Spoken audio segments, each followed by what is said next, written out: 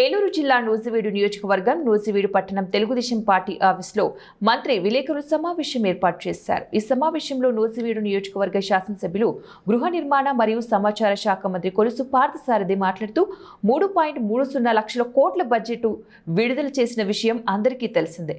కానీ ఈ బడ్జెట్లో కొంతమంది స్వార్థపరులైన రాజకీయ నాయకులు, రాజకీయ పార్టీలు సిద్ధాంతాలకు వ్యతిరేకంగా ఉన్న వారికి నచ్చకపోయినా 5 కోట్ల మంది ప్రజలకు మంచి భవిష్యత్తుకు పునాదులు వేసేలాగా ఉన్నాయని మంత్రి కొలుసు పార్థసారథి అన్నారు.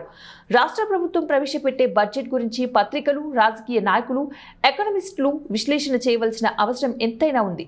కానీ సొసైటీలో ఎలాంటి విషయాన్నైనా అబద్ధంగా చిత్రీకరించి ప్రచారం చేయగలిగే గోబెల్స్ అనే వ్యక్తి పేరును మర్చిపోయే విధంగా ఇప్పుడు జగన్ బెల్స్ అనే పేరు వాడుకలోకి వచ్చిందని అన్నారు. ఆర్థిక క్రమశిక్షణ బ్యాంకులన్నీ కూడా చూస్తా ఉన్నాయి.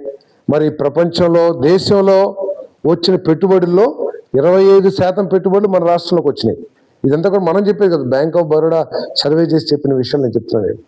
సో 25% అంటే దాదాపు 10 లక్షల కోట్లు వచ్చినాయి దేశం మొత్తం. మనకి 2.5 లక్షల కోట్లు, యాక్చువల్గా 9 లక్షల కోట్లు అంత వచ్చినాయండి. అంటే దేశం అంతా కలిపి దాదాపు 1 కోటి కోట్లు వచ్చి ఉంటాయి, ఏమన్నా తెలియదు. మన రాష్ట్రంలో ఇప్పటికే 9 లక్షల కోట్ల పెట్టుబడులు వచ్చినాయి.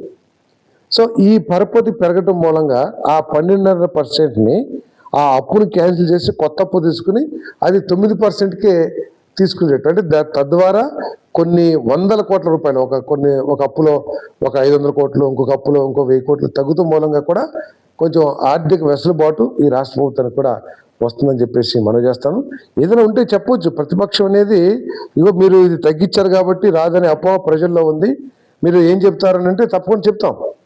లేదు, ఈ కేటాయింపు ఇది, దీనికి ఇంకా వేరే నుంచి కార్పొరేషన్ నుంచి బడ్జెట్కి సంబంధం లేని ఆదాయ వనరుల నుంచి వస్తుందని ఏదోటి క్లారిఫికేషన్ ఇస్తారు.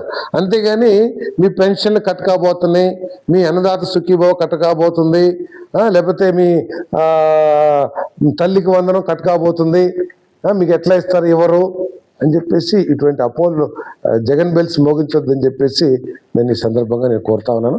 మరి మన నియోజకవర్గానికి కూడా మరి ఈ సంవత్సరం ఎందుకంటే క్యాపిటల్ ఎక్స్పెండిచరు చక్కగా సంతృప్తికరంగా కేటాయించారు కాబట్టి మన నియోజకవర్గానికి, మన జిల్లాకి కావాల్సిన కేటాయింపులు తీసుకొస్తానని ప్రయత్నం చేస్తాను.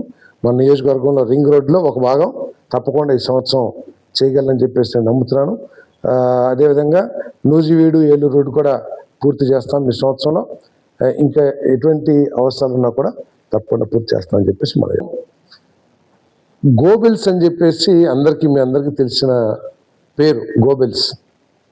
గోబెల్స్ అనే వ్యక్తి ఏ విషయాన్నైనా సరే అబద్ధాలుగా సృష్టించి గోబెల్స్ ప్రచారం అంటాం కదా, ఆ గోబెల్స్ని మర్చిపోయే విధంగా జగన్ బెల్స్ అని చెప్పేసి మొదలైనవి. ఇప్పుడు ఆయన కేవలం విషం చిమ్ముతూ ఒక్కటే లక్ష్యంగా ఓడిపోయినప్పటి నుంచి పనిచేస్తున్నాడు అనడంలో ఎటువంటి సందేహం లేదు. అరే, సంక్షేమ కార్యక్రమాలు ఇంత సంతృప్తికరంగా ప్రజలందరికీ కూడా అందిస్తా ఉన్నాం. అందించే కార్యక్రమాలన్నీ కూడా సూపర్ 6లో దాదాపు అంతా కూడా పెన్షన్లు కానివ్వండి, తల్లికి వందనం కానివ్వండి, అన్నదాత సుఖీభావ కానివ్వండి, అన్న క్యాంటీన్లు కానివ్వండి, ఇవన్నీ కూడా సంతృప్తికరంగానే అమలు చేస్తూ ఉన్నాం. ఇప్పుడు మన పత్రిక ఉంది కదా, లేకపోతే మన ఛానల్ ఉంది కదా అని చెప్పేసి పోనీ తెలియని వ్యక్తి, ఎప్పుడు అధికారంలో లేని వ్యక్తి అయితే సరే ఏదో అవగాహన లోపంతో ఏదో తప్పుగా మాట్లాడాలని అనుకోవడానికి అవకాశం ఉంది. కానీ పెన్షన్లు కోత, తల్లికి వందనం కోత, ఇన్ని వేల కోట్లు కావాల్సి వస్తే బడ్జెట్లో ఇన్ని వేల కోట్లు పెట్టారు అని ఎంత అబద్ధాలు రాస్తున్నారంటే ఇది చాలా బాధాకరం. ఎందుకంటే పేదోడు ఆ పెన్షన్ అనేది ఈరోజు చాలా ఆధారం, చాలా పేదోడికి చాలా ఆసరాగా ఉంటుంది. అది పోతుంది అని ఒక భయాందోళన సృష్టించి రాజకీయ లబ్ధి పొందాలనుకోవటం చాలా తప్పు.